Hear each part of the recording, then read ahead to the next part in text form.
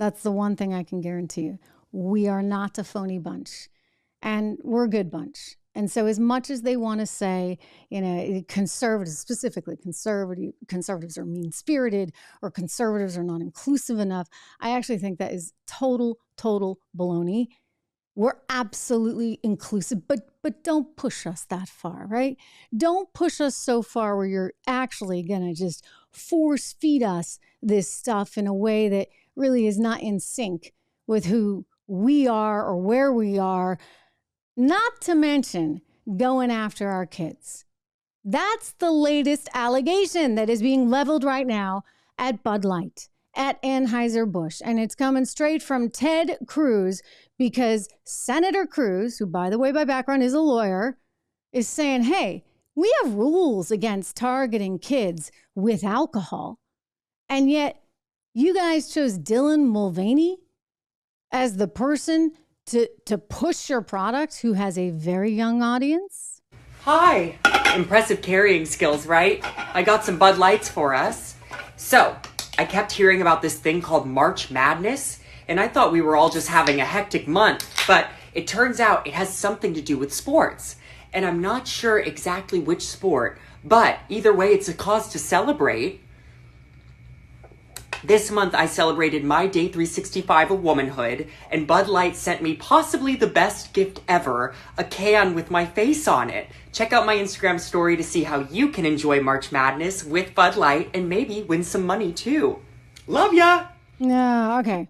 So the shareholders definitely don't love ya, because the stock has just plummeted. It's just unreal how much it's lost in value. We reported, of course, for you yesterday that Bud Light is no longer in the number one spot for beers. That has been taken over by Modelo, which is owned by Constellation Brands, another American company. Their U.S.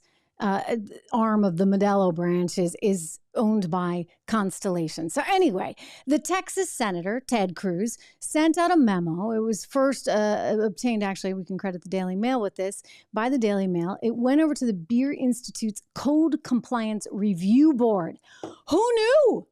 Who knew about that? Did you know that there was a Beer Institute Code Compliance Review Board?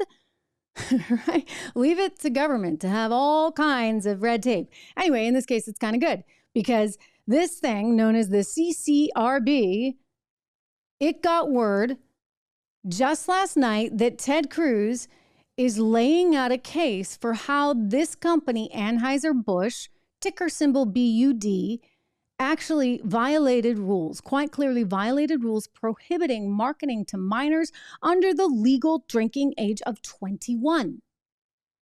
And I think he's got a really good case.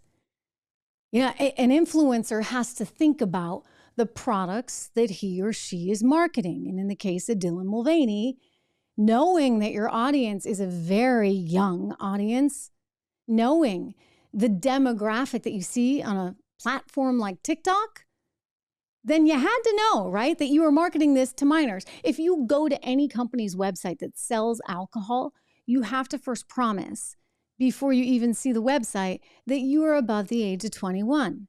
Well, in the case of Dylan Mulvaney, he's sending it out there for mass consumption to his very young audience, including a lot of teenagers there on TikTok, with no concern that anybody is above the age of 21.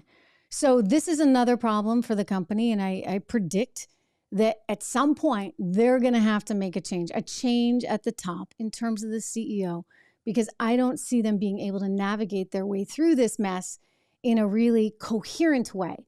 Shareholders are losing out, which means if you happen to have Anheuser-Busch in your portfolio, you might think, oh, it's a good consumer staple. I mean, heck, beer sales were way up during the whole March 2020 and aftermath, right? You might think, oh, this is a good stock. Well, you just had the rug pulled out from under you as a shareholder because of this ordeal, which, by the way, goes back, as we began the show, to the ESG nonsense that's governing so much of CEO and executive behavior right now. So instead of putting the customer first, they are putting BlackRock first, and I hear them. I mean, they've got, they're being threatened with BlackRock taking all the money away.